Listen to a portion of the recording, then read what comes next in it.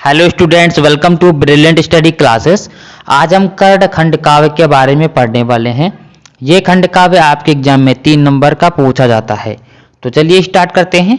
आपके board exam में question पूछा जाता है, कर्ण खंड काव्य के आधार पर नायक कर्ण का चरित्र चित्रण कीजिए।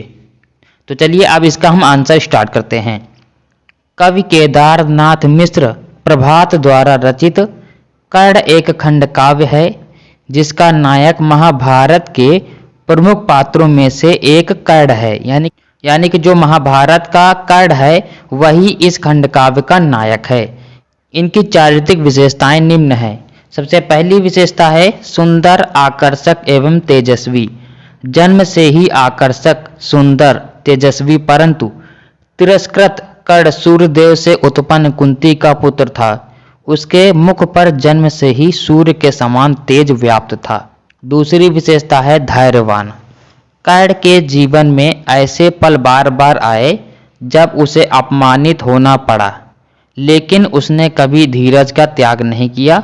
द्रौपदी के स्वयंवर में तिरस्कृत होने पर भी वह अपने क्रोध को पी गया, यानी कि अपमानित होने पर भी वो अपने क्रोध को पी गया। कुंती द्वारा अपने कौंतेय होने का पता चलने पर भी उसने कुंती की इच्छा पूर्ण की, यानी कि ये कुंती का पुत्र था, बाद में उसे पता चला था।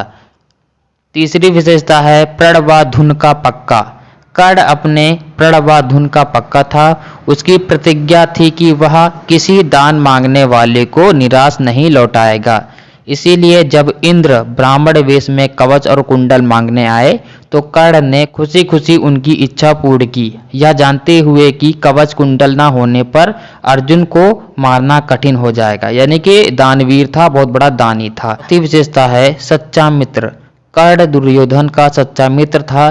दुर्योधन ने उस समय उसके सामने मित्रता का हाथ बढ़ाया जब सभी उसका उपहास कर रहे थे। कर्ण ने हृदय से दुर्योधन को अपना मित्र माना, यह जानते हुए कि दुर्योधन अधर्मी और अत्याचारी है तथा उसका अंत निश्चित है एवं उसके साथ रहने पर उसका अंत भी दुर्योधन जैसा होगा।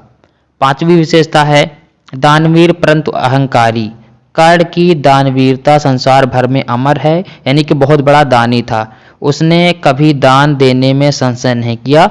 जन्म से ही अपने शरीर के अंग समान कवच कुंडल को, जो उसकी अपराजेयता का कारण भी थे, उन्हें भी दान में दे देना उसे महान दानवीरों की श्रेणी में स्थापित करता है। परंतु सत्य यह है कि वह अहंकारी भी था। इसलिए उसने भरी धूत सभा में दुर्योधन और दुशासन का उत्साहवर्धन कर द्रौपदी का अपमान किया। यह उसके चरित्र का कभी न मिटने वाला कलंक है। तो ये था कर्ण खंड काव्य के नायक कर्ण का चरित्र चित्रण, यानी कि चारित्रिक विशेषताएं। ये आपके एग्जाम में 3 नंबर का पूछा जाता है। मेरे चैनल को सब्सक्राइब करें। मिलते हैं नेक्स्ट क्लास में। Thank you class.